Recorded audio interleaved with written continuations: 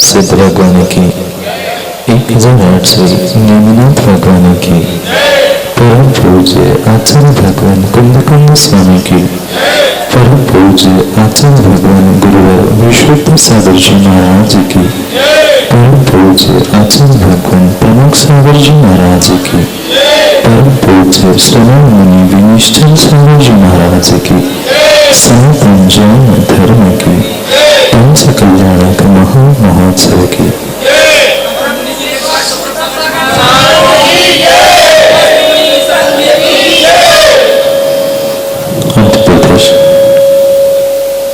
वर्तमान स्वामी के शासन में हम सभी रास्ते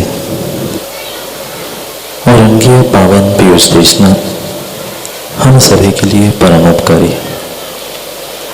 अनादिकाल से हमारी आत्मा जो जरा और मृत्यु रूपी रोग लगे, उन रोगों का उपशमन करने वाली कोई परम औषधि है तो वह एकमात्र यह जनवाणी।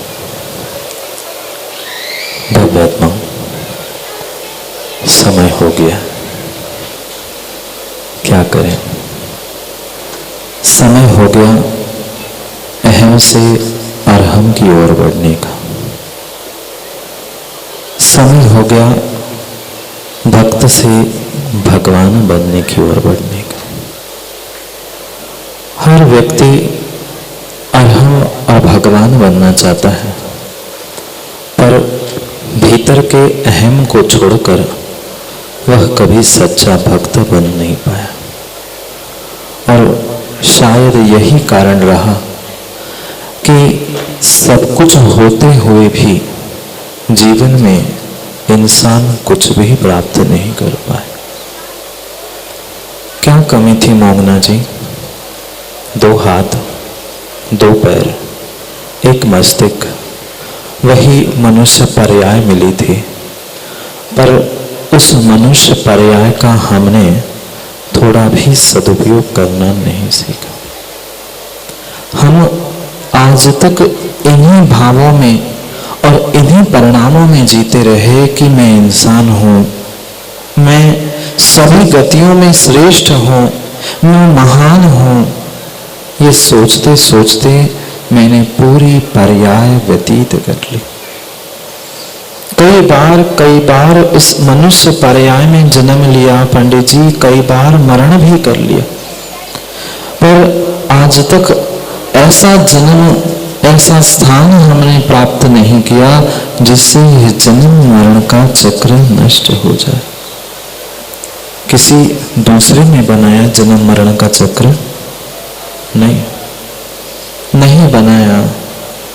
व्यक्ति खुश होता है, आनंद लूटता है कि मैंने दूसरे को ठग लिया। मां मायाचारी नहीं जानते? हर व्यक्ति खुश होता है, आनंदित होता है कि देखो मैंने दूसरे को कैसे ठग लिया, कैसे उल्लू बना लिया, कैसे बुद्धू बना लिया। पर व्यक्ति भूल जाता है, अहंकार में आकर पुण्य के समय की बलिहारी को समझकर कि तू किसी दूसरे को ठग नहीं रहा है। अगर किसी को ठग रहा है तो नितिन तू अपने आप को ठग रहा है। बिल्कुल बिल्कुल उन अहंकारी जीवों की बिल्कुल वैसी ही परिणति है जैसे एक मकड़ी की है। देखा कभी मकड़ी को? शुभम जी शास्त्री, बिल्कुल बिल्कुल वह मकड़ी दूसरे जीवों को फंसाने के लिए बहुत बड़ा जाल बनाती है, और जितने जीव आते हैं लगभग सभी जीव फंस भी जाते हैं। कोई विरला ही जीव उसमें से निकल पाता है। पर कभी देखा उस मकड़ी की मृत्यु को? जब भी मकड़ी मृत्यु को प्राप्त होती है स्वयं के बुने हुए जाल में ही फंसकर मर जाती है। क्या अंतर बचा विजय भैया मकड़ी और इंसान में? वह अपने मुख से जाल बनाती है और इंसान अपने दिमाग से जाल बना लेता है। दोनों अपने ही जाल में बुनते बुनते अपनी पर्याय को नष्ट कर देते हैं। किसके पीछे? वह तो मकड़ी थी, तिर्यंच थी, फिर भी समझ में आता है कि वह तिर्यंच थी, ना समझ थी। और एक समझदार ज्ञानी संगी मनुष्य जब दूसरों को फंसाने के लिए जाल बुनता है, भूल जाता है कि दूसरा उसमें फंसे नहीं फंसे, मैं उसमें फंस रहा हूं। क्या सौधर्म जी, सौधर्म कहूं कि आलोक कह दूं? आलोक भैया व्यापार नहीं करते ना? व्यापार नहीं करते ना? व्यापार करते हैं। व्यापार करते में मायाचारी झूठ ऐसे की ऐसे चारों तरफ घुमा रहे। अब हाँ भी समझ लो महाराज जी, आपको जैसे समझना है समझ लो। ग्राहक से मायाचारी झूठ करके हम पैसे तो वसूल करना जानते हैं, पर पैसे कमाने के चक्कर में ये भूल जाते हैं कि घाटा ग्राहक का नहीं हो रहा है, घाटा मेरा स्वयं का हो रहा है। जो जीव अहम में डूबकर प्रत्येक क्षण माया, क्रोध, मान, इन सभी कषायों में उलझता है, नियम से स्वयं के लिए आने वाले समय में ये जन्म मरण का चक्र बढ़ा रहा है। कोई दूसरा चक्रव्यूह की रचना करने वाला नहीं है। किसने की रचना? किसने की चक्रव्यूह की रचना? कोई दूसरा चक्रव्यूह में फंसाने वाला नहीं है। पुराणों की बात छोड़ दो, अभिमन्यु आदि वे तो फिर भी सगे थे, अपने थे।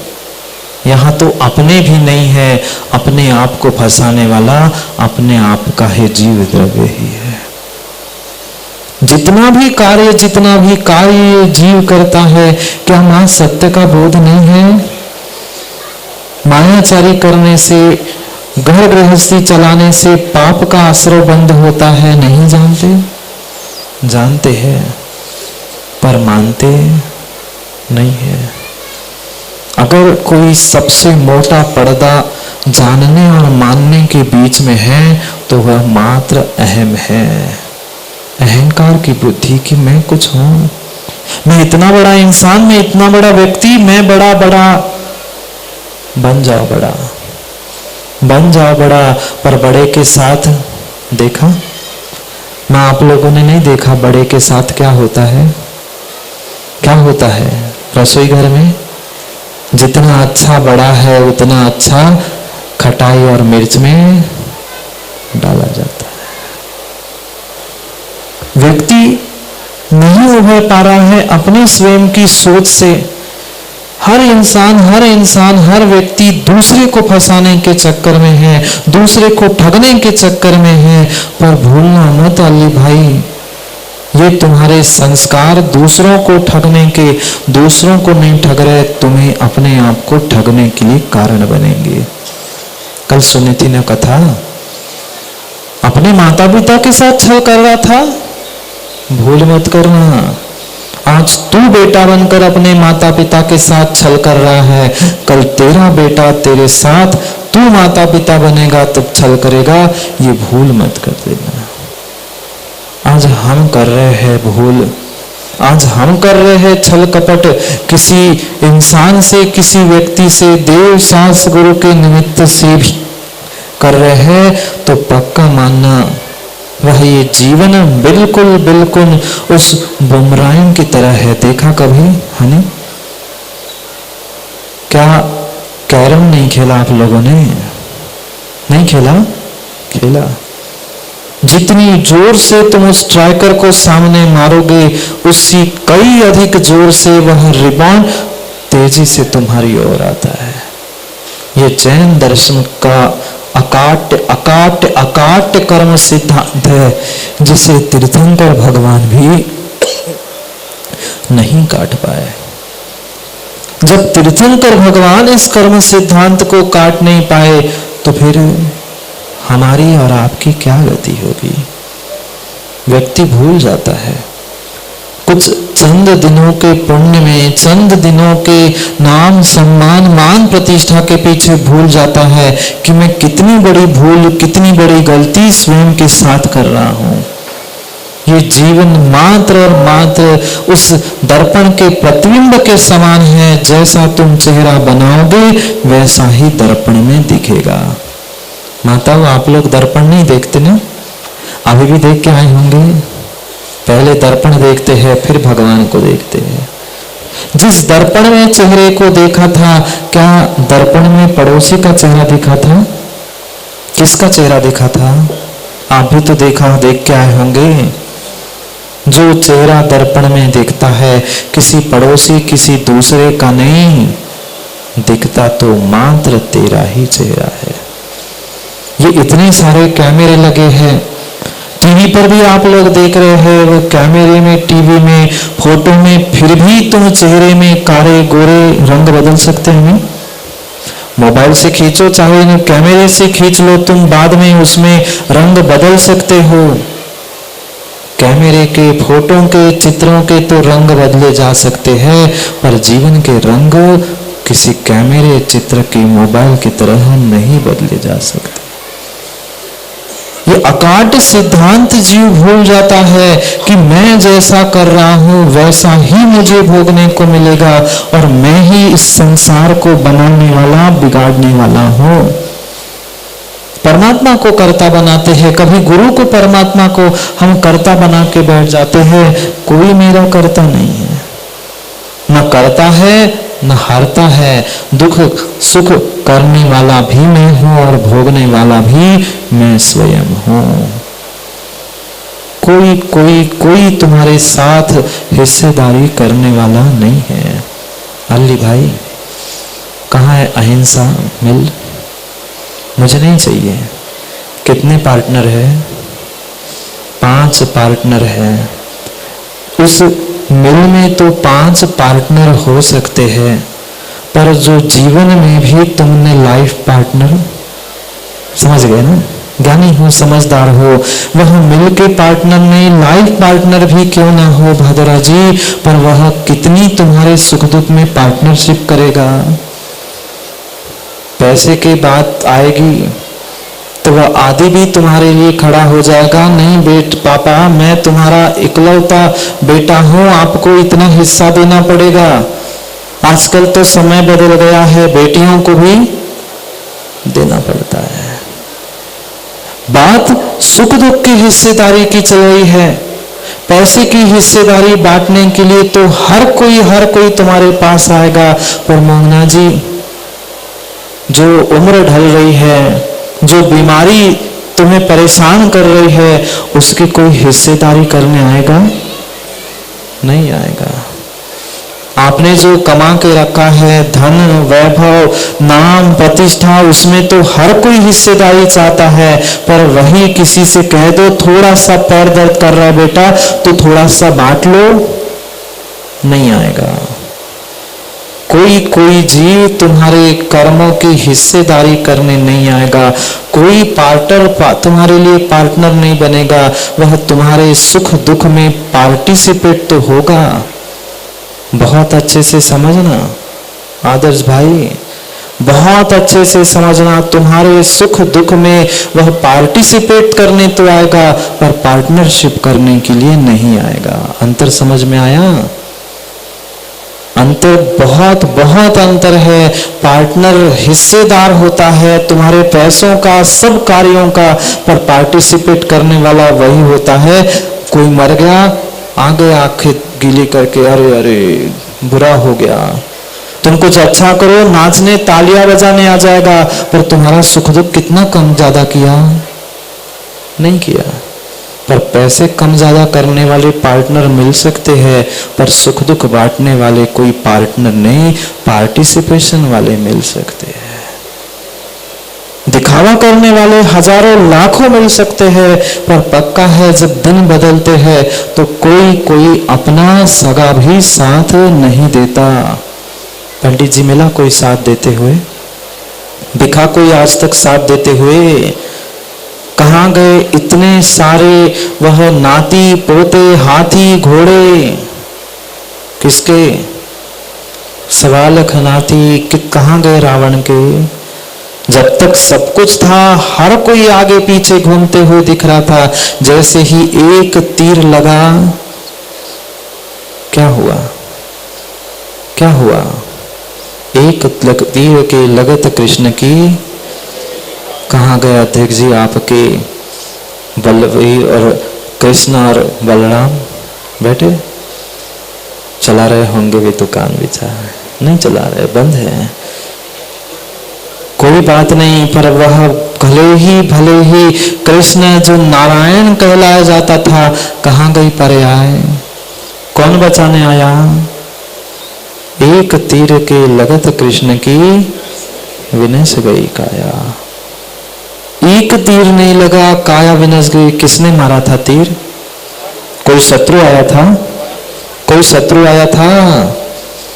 कोई शत्रु तीर मारने नहीं आया था, भाई ने ही तीर मारा था।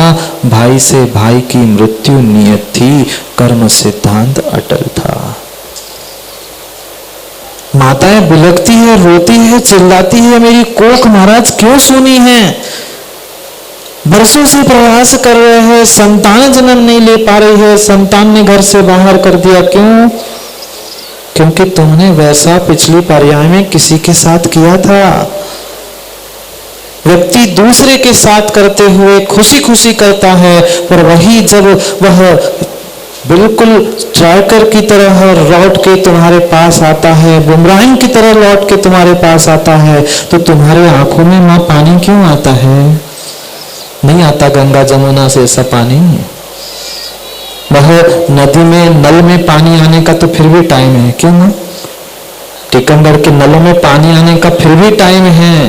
बोर भी चालू करो तो कुछ मिनट बाद नल में पानी आता है, पर आंखों से तो समय नहीं लगता, एक क्षण भी नहीं लगता। इधर कुछ कार्य विपरीत दिखा कि तुरंत गंगा जमुना प्रारंभ हो गई। क्यों? क्यों भूल गए थे कि मैंने किसी के साथ ऐसा किया था कि जिसका फल मुझे आज मिल रहा है, मैं आज भी नहीं संभलूंगा तो कल पुनः कोई और मिलेगा जो मेरे साथ ऐसा ही करता दिखागा। हर व्यक्ति प्यासा है, हर व्यक्ति प्यासा है, कोई धन का, कोई मान का, कोई सम्मान का, कोई किसी का। मात्र और मात्र उस भूल के पीछे दौड़ के पूछे व्यक्ति अहम में डूब रहा है, और जितना जितना वह अहम से चूर चूर हो रहा है, उतना ही अरहम से दूर दूर हो रहा है। पंडित जी, जितना व्यक्ति चाहे ज्ञान का मद हो, बल का मद हो, रिद्धि का बल हो, चाहे पुण्य का भी अगर तुम्हें मद हो कि मैं बहुत बड़ा पुण्यात्मा, मैं बहुत बड़ा, भूल मत करना भूल मत करना, जो व्यक्ति अहम में चूर चूर होता है वही अरहम से दूर दूर होता है। अगर अरहम के पास पहुंचना है, तुम्हें अरहम अरहंत बनना है, तो पहले अहम को, अहंकार को चूर चूर करना सीख लो। दोनों में अंतर है, दोनों में अंतर है शास्त्री, दोनों में अंतर है। अहम में चूर चूर होना और अहम को चूर चूर करना। हर व्यक्ति अहम में चूर चूर है, अहम को चूर करने का, दूर करने का कभी प्रयास कर ही नहीं पा रहा है। मत भूलना, मत भूलना, इस ब्रह्मांड में सभी सिद्धांतों के साथ समझौता हो सकता है। तुम्हारे जितने विज्ञान के सिद्धांत हो उनके साथ भी समझौता हो सकता है, पर जैन दर्शन के वह कर्म सिद्धांत के आगे कोई सिद्धांत चल ही नहीं सकता। मत भूल करो, मत भूल करो। वर्तमान की पर्याय को देखकर आने वाली पर्याय को बर्बाद मत करो। दोष कर्मों का नहीं है, दोष कर्मों का नहीं है, दोष तुम्हारे स्वयं के कसायों का, तुम्हारे स्वयं के विषयों का और तुम्हारे स्वयं के छोटी सोच का है। जितना जितना व्यक्ति छोटी सोच लेके जीता है, उतना उतना ही वह जीवन में दुखी दुखी और दुखी ही बनता है। सब कुछ बढ़ गया, सब कुछ बढ़ गया वर्तमान में, पर व्यक्ति की सोच नहीं बढ़ पा रही। क्या धन संपत्ति से हम गरीब हो रहे हैं? नहीं हो रहे। ये तो दिन ब दिन मोंगना जी बढ़ रही है, सबके पास बढ़ रही है, पर ये बढ़ गई, साधन बढ़ गए, बिल्डिंग बढ़ गई, पर उतना बढ़ने से कोई व्यक्ति बड़ा नहीं होता। विचार करो, आज जिस भगवान का तुम जन्म कल्याणक बना रहे हो, क्यों कल्याणक बना रहे हैं? बालक ही जन्मा था ना, बालक ही जन्मा था ना, कि बहुत बड़ा, जितनी अवगाहना से वे सिद्ध बने थे उतनी अवगाहना से जन्म लिया था क्या? नहीं, बालक अवस्था में ही मां के गर्भ से जन्म लिया था, पर भले ही वह ऊंचाई में कद में छोटा था, पर वह बालक भी 3 लोक का शिरोमणि, महान बनने वाला बड़ा व्यक्ति था। तुमने भी तो जन्मदिन मनाए होंगे, आदर्श मनाए? कई बार मित्रों के साथ, परिवार के साथ, पता नहीं कितनों कितनों के साथ भी हम बर्थडे मना लिए, जन्मदिन मना लिया, पर भगवान का जन्मदिन नहीं, हम जन्म कल्याणक मना रहे हैं।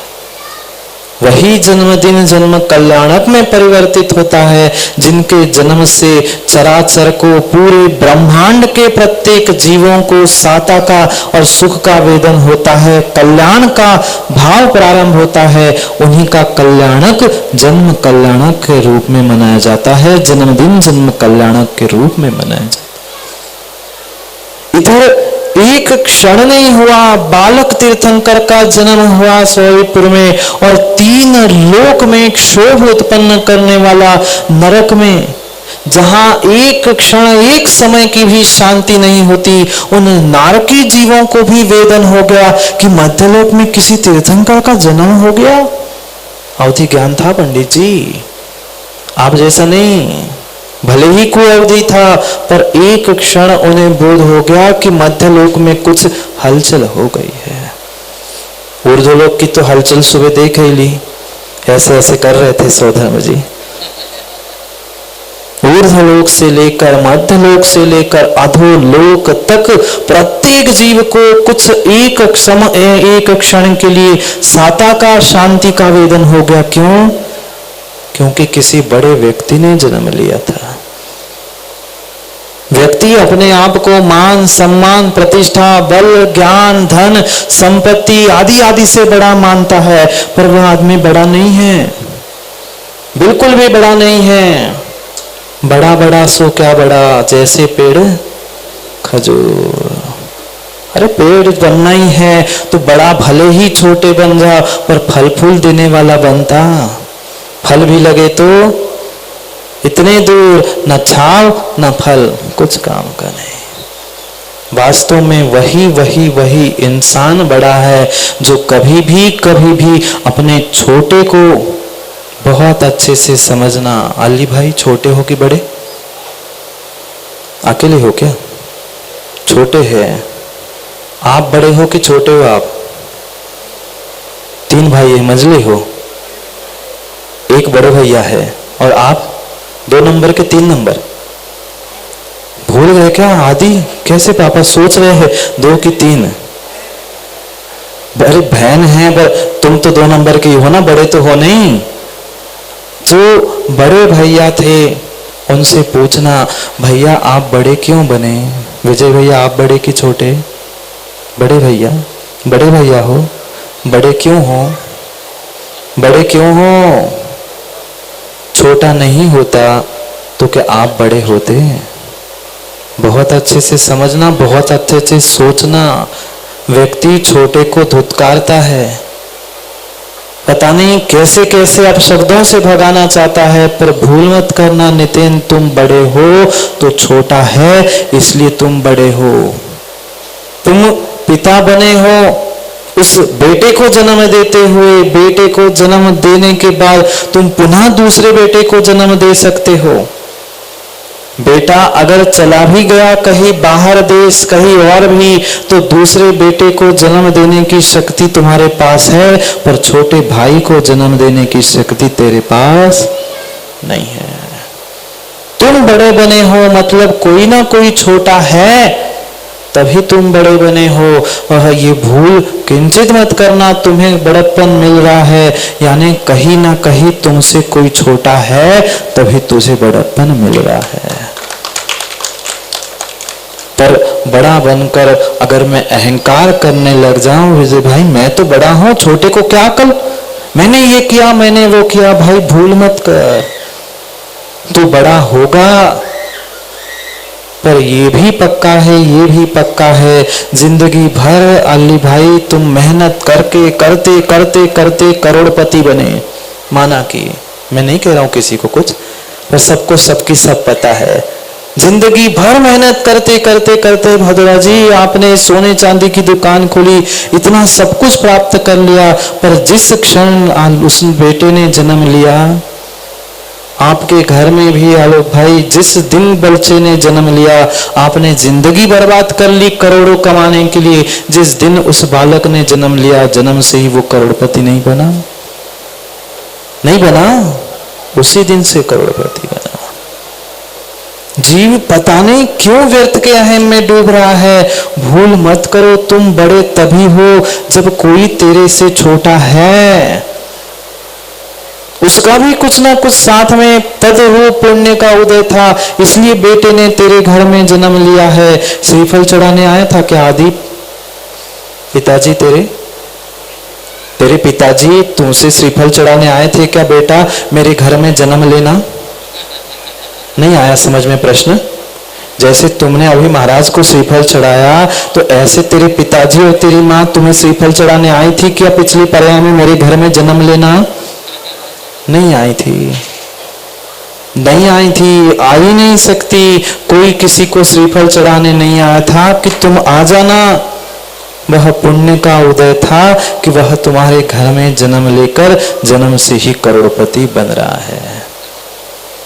वह आदि भी अहम में ना डूबे कि मैंने तो जन्म लिया, मुझे तो सब मिल जाएगा। बेटा भूल मत करना, अगर पुण्य का उदय साथ में है तो पिता के करोड़ तेरे होंगे, नहीं तो पता चलता है करोड़पति बेटे का जन्म हुआ और दूसरे ही दिन बेटे ने जन्म लिया, पिताजी चल गए, सब दिवाला हो गया।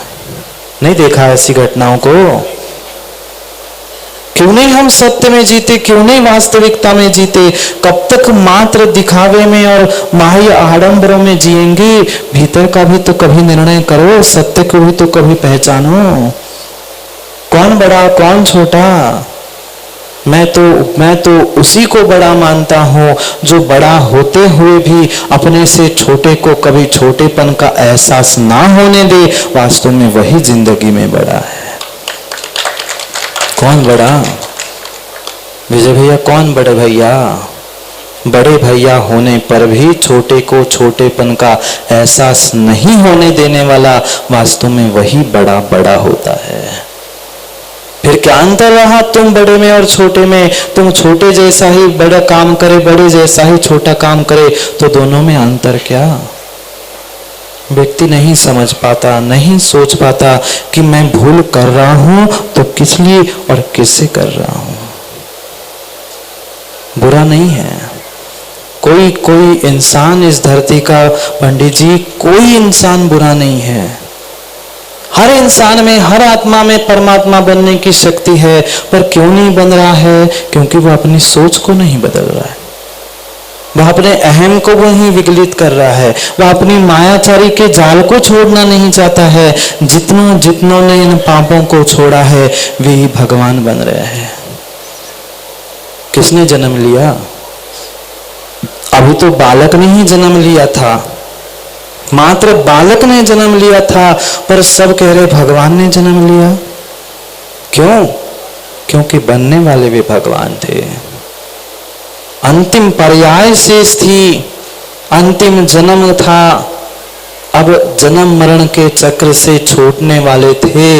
इसलिए प्रत्येक प्रकार के जो देव थे उन्होंने वह 12.5 करोड़ वाद्यों के घोष से पूरे 3 लोक में क्षोभ उत्पन्न करने वाली उस ध्वनि को उत्पन्न कर लिया। प्रति समय जो रत्नों की वर्षा हो रही थी, कितने महीने पहले से? ज्ञान है?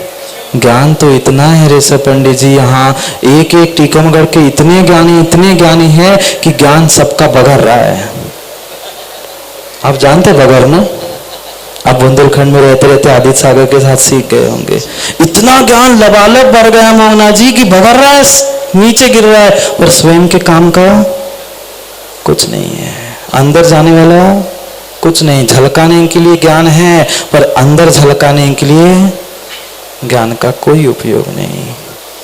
6 महीने पहले से 9 महीने लगातार, यानी वह 15 महीने तक रत्नों की वर्षा होती रही। क्यों?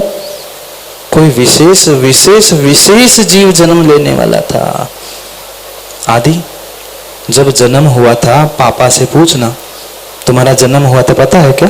कितने साल के हो गए? 10 साल के हो गए। 10 साल पहले जो जन्म हुआ था, जब जन्म हुआ था, पिताजी से पूछना आपने कितने बाजे बजाए थे? पूछो ना, कितने बाजे बजाए थे? नहीं। कितनी मिठाई बांटी थी? कितने रत्न बरसाए थे? कुछ नहीं। पता नहीं उसके समय में फिर भी अली भाई तुमने ताली बजाने वाला तो 1-2 कोई मिला होगा। पर क्या मोहना जी पता है, दादाजी पता है कि आपके जन्म में कितने लोगों ने तालियां बजाई? ये भी हमें पता नहीं है कि तालियां बजाए कि गालियां बजाई, पता नहीं है। फिर सोचो क्या उस जीव का पुण्य होगा, कितने पर्यायों का पुण्य उस जीव ने इकट्ठा किया होगा कि पूरे 3 लोक में आनंद छा गया था। हमारे घर के लोग मुंह लटका के, अरे यार और एक हो गई संदना, और संभालो उसको। 2 ही से तो फुर्सत नहीं थी यार, अल्ले भाई 3रा और हो गया। सोचना क्या जीव ने पूरी तपस्या और साधना की होगी, कई भवों की, जो अंतिम पर्याय में फलीभूत हो रही थी। वह कली खिलने से पहले ही, फूल की कली बॉडी खिलने से पहले ही, 6 महीने पहले से ही, गर्भ में आने से पहले से सुगंध, कली खिलने पे सुगंध आती है ना। वह पेड़ की कली खिलने पर मां सुगंध आती है। यहाँ तो कली खिलने से पहले ही रत्नों की वर्षा हो रही थी। कितनी सुगंध भरी होगी। आज तो वह कली खिल गई और पूरे ब्रह्मांड को सुगंध कल्याण देने वाली, वह जन्म कल्याण को बनाने की वह हमारा समय भी हो गया। कौन बड़ा व्यक्ति, कौन छोटा व्यक्ति, कोई छोटा, कोई बड़ा, कोई बुरा, कोई अच्छा नहीं होता। व्यक्ति स्वयं के विषय, कसाय और मात्र स्वयं की सोच से ही छोटा बड़ा होता है। समझ नहीं पाता वर्तमान की पर्याय को ही जीव सब कुछ मानकर बैठ जाता है। उतने तात्कालिक पर्याय को भूलकर वह भूल जाता है कि मैंने इस तात्कालिक पर्याय में जो करूंगा वह मेरे लिए आने वाले समय के लिए एक त्रैकालिक सिद्धांत कर्म का प्राप्त हो जाएगा। भूल मत करना, मां मत करो उन अहंकार, मायाचारी, क्रोध, मान, इन कसायों के पीछे दूसरों को फंसाने के लिए जाल मत बुनना। ये पक्का है, मकड़ी के भांति जाल बुनकर हम ही स्वयं उसमें उलझेंगे और कोई भी उलझने वाला नहीं है। व्यक्ति चाहता है कि मैं दूसरों को उलझा के सुलझ जाऊं, पर भूल मत करना, तुम दूसरों को उलझाओगे। आज भले ही तेरा पुण्य तुम्हें सुलझा रहा है, पर कल जैसे ही पुण्य थोड़ा सा क्षीण हो जाएगा, सभी कर्म वह तुम्हारे ऊपर चढ़ बैठेंगे। फिर रोने बिलखने गुरु के पास मत पहुंचना। मां क्यों पहुंचते हो भगवान और गुरु के पास? मेरी गोद सूनी है, मुझे बेटे ने घर से निकाल दिया। किसने किया था? पति से पत्नी को भी दूर? भले ही कह देना राम की गलती थी, राम ने निकाल दिया सती को, नहीं निकाला। पिछली पर्याय को भी तो देखो, वर्तमान पर्याय को भी तो देखो, परखो, समझो कि मैंने ऐसा नहीं किया होता क्यों जाना पड़ा सीता को बाहर? राम ने भेजा, राम तो निमित्त था।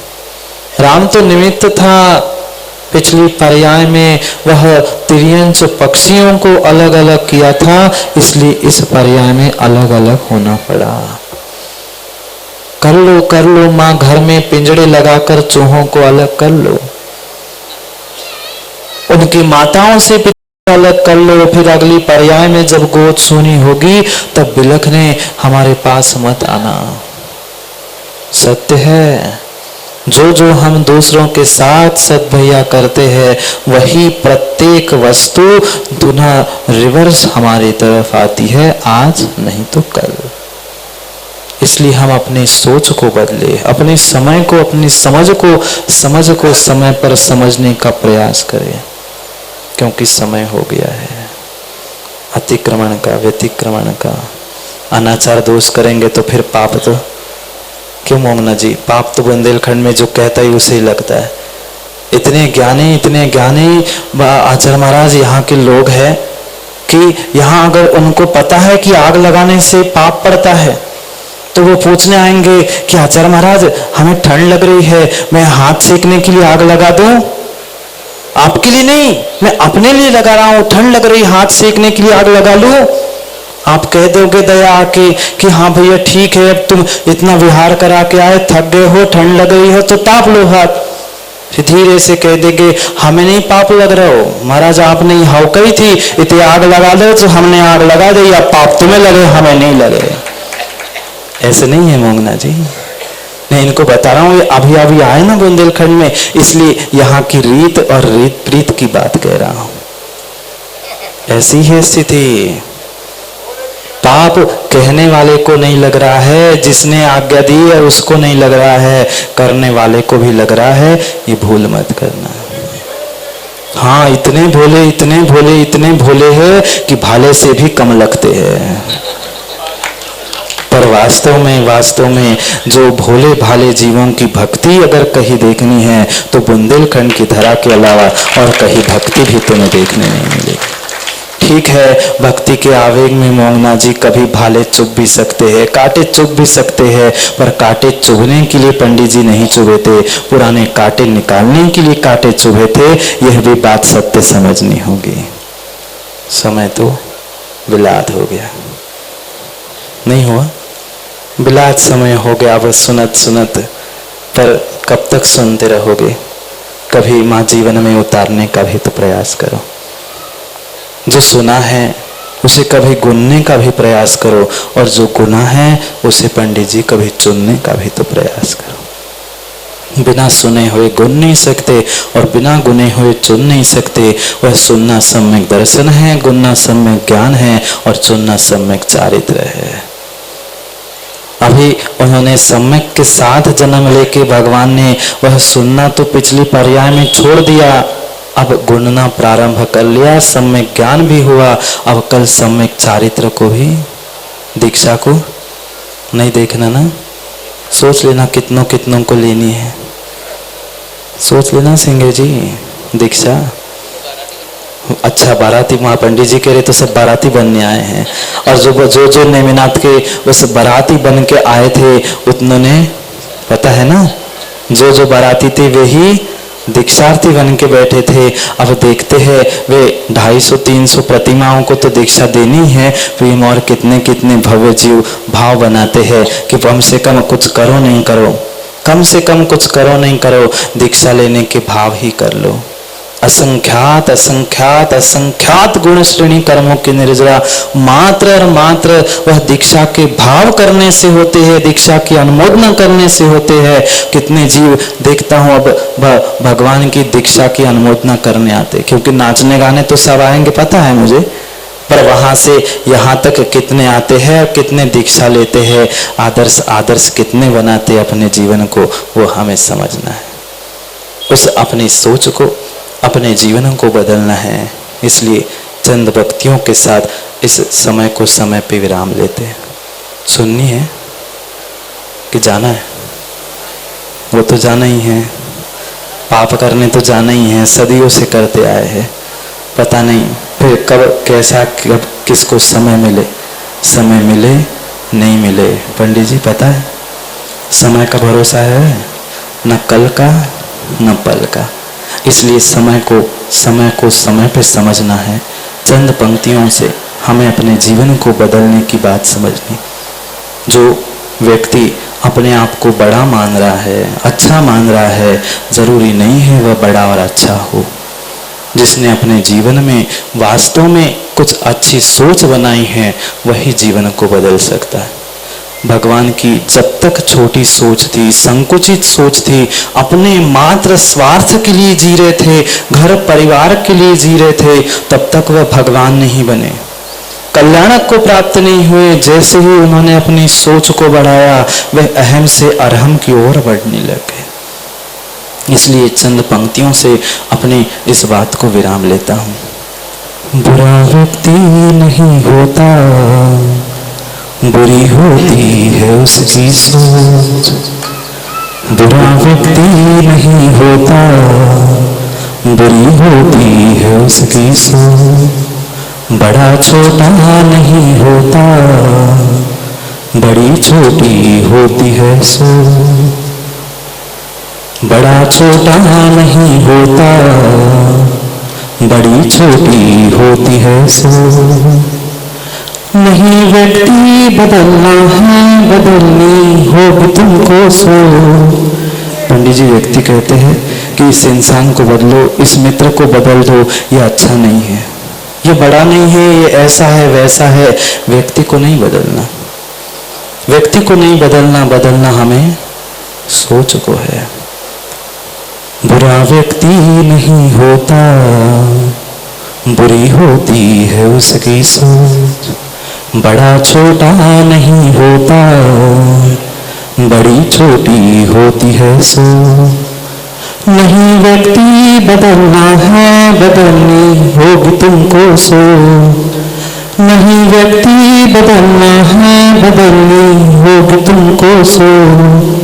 बदल दे जो जिंदगी को, बदल दे जो जिंदगी को, लाओ तुम एक ऐसी सोच, लाओ तुम एक ऐसी सोच, लाओ तुम एक ऐसी सोच। अपनी सोच बदलो, अपनी जिंदगी बदलो, फिर तुम अहम से अरहम की ओर अवश्य ही पहुंच सकते हो। करेंगे पुनः कभी समय मिला तो समय को समय की बात, क्योंकि जितना समय, अल्ली भाई, जितनी झोली उतना ही दान, जितना पुण्य उतना ही ज्ञान। समय को पुनः समय पर समझने के लिए समय की बात को समय पे मिलते हैं, क्योंकि समय पे किया गया काम समय को दिलाता है। बोलिए भगवान महावीर स्वामी की।